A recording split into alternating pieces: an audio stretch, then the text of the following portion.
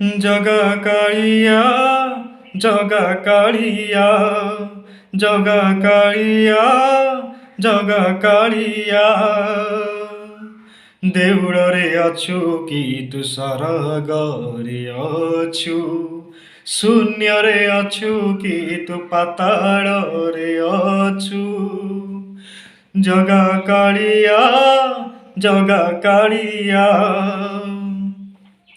ତୋର କସ୍ତୁରୀ ସୁବାସ ତୋର ଚନ୍ଦନ ସୁବାସ ତୋର ଫୁଲରେ ସୁବାସ ତୋର ସ୍ନେହ ସୁବାସ ତୋର ବାଲିରେ ସୁବାସ ତୋର ଧୂଳିରେ ସୁବାସ ତୋର ଦୀପରେ ସୁବାସ ତୋର ଧୂପରେ ସୁବାସ ସେ ସୁବାସ ପାଇଁ ଜନମେ ଜନମେ तो चरणे हेली दस मो सुबास दास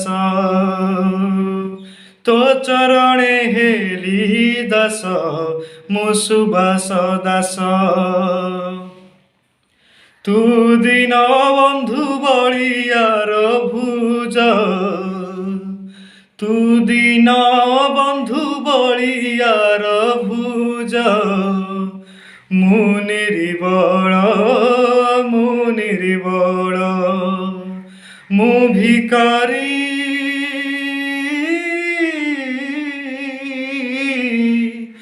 मु भिकारी तू मो बल ता चुलीर चाउल तू भिकारीर बल तो लागी से भिकारी बल तो लागे से भिकारी बल नंदी घोष तोर अटकी गला बड़ शंख ठारे किए से भगत एते आपणार किए से भगत एते आपणार डाकिला चंदनपुरे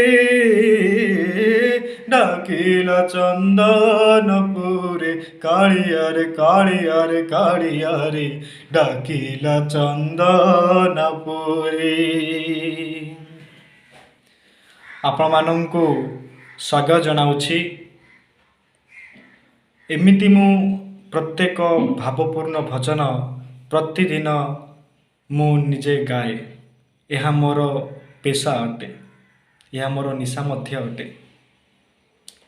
भजन द्वारा जो शांति मिली थाए ता कोठी मिली न थाए या मु भावे एटा मोर चिंतन अटे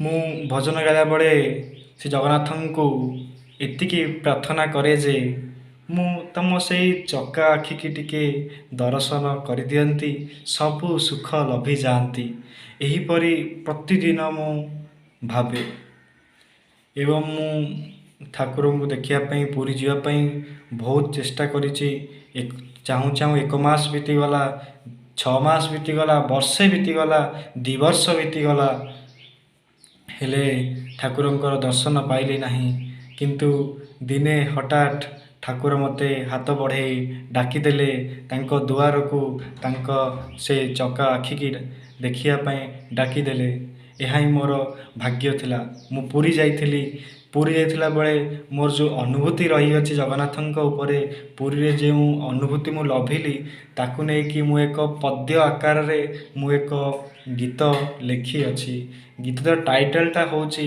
मोर अभूला स्मृति ताकू आज मु आपण मानक आगे परिवेशन करने जाऊँगी मो अभूला स्मृतिर मु स्टार्ट करुच्ची भाभी नथिली मु एदिन कि आसीब जेबे प्रभुंक सह साक्षात होइब भाभी नथिली मु एदिन कि आसीब जेबे मो अभिलाषा कि पूर्ण होइब भाभी नथिली मु केबी भाभी नथिली तापर मु कहली डोरी तू लगे मन मो जिणी देई भाप विनोदियार परिचय देलु कि देई तोषिबी कहरे कोलामणि जेबे भक्ति बीर्य उत्पन्न करिलु तापर मु कहली उल्लासित मन ଉଚ୍ଛନ୍ନ ହେଉଥିଲା ଯେବେ ଶ୍ରୀମନ୍ଦିରକୁ ଗତି କରୁଥିଲି। ଅସରା ଲୁହରେ ଭରିଥିଲା ଦୁଇ ଚକ୍ଷୁ ଯେବେ ତୋ ନୀଳଚକ୍ର ଚାହିଁ ଦେଇଥିଲି। ତାପରେ ସିଂହଦ୍ୱାରକୁ ମୁଁ ଆସିଗଲି। ସେଇଠି ମୁଁ କହିଲି, ସିଂହଦ୍ୱାରକୁ ପ୍ରବେଶ କଲା କ୍ଷଣେ ତୋ ଚନ୍ଦନ ବାସ୍ନା ବିମୋହିତ କଲା। 22 ପାହାଚ ଟପି ସାରିବା କ୍ଷଣେ ତୋର ତୁଳସୀ ଦୟଣା ବାସୁଥିଲା। ଏ ମୋ ମନରେ ଖାଲି ତୁଳସୀ ବାସ୍ନା ହେଉଥିଲା। ତାପରେ ମୁଁ ଗଲି ମନ୍ଦିର ବେଢ଼ାକୁ। ସେଠି ମୁଁ ଏକ ପଦ ଲେଖିଲି, ଯେବେ ତୋ ବେଢ଼ାରେ ପ୍ରବେଶ କରିଥିଲି, ହୃଦୟ ଗମ୍ଭା ମୋର ଆନ୍ଦୋଳିତ ହେଲା। ତୋ ନାମ ଶ୍ଲୋକକୁ ଭକ୍ତିରେ ଶୁଣୁଥିଲି ମୁଁ, ଯେବେ ଏକ ଭକ୍ତ ଏହା ଗାନ କରୁଥିଲେ। ତାପରେ ମୁଁ ମନ୍ଦିର ଭିତରୁ ଗଲି।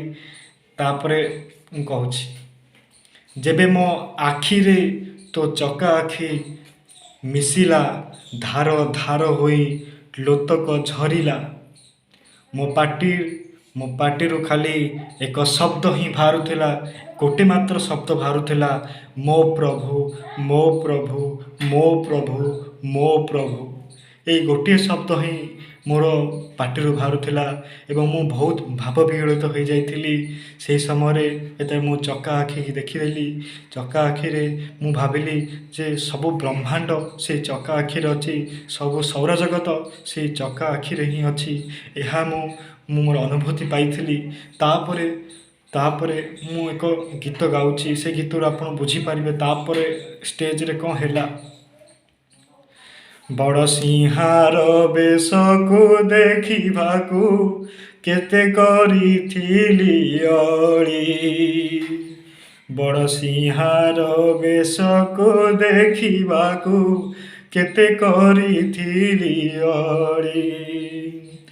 ଦୂରୁ ଦେଖି ମୋତେ କବାଟ କିଣିଲ, ଦୂରୁ ଦେଖି ମୋତେ କବାଟ କିଣିଲ, ଦେବାକୁ ପଡ଼ିବ ବୋଲି ପ୍ରଭୁ, ଦେବାକୁ ପଡ଼ିବ ବୋଲି। ଦେଇଥିଲେ ଋଣୀ ହେଇନଥାନ୍ତି ମୁଁ, ଦେଇଥିଲେ ଋଣୀ ହେଇନଥାନ୍ତି ମୁଁ, ସୁଝିଥାନ୍ତି ସେବା କରି।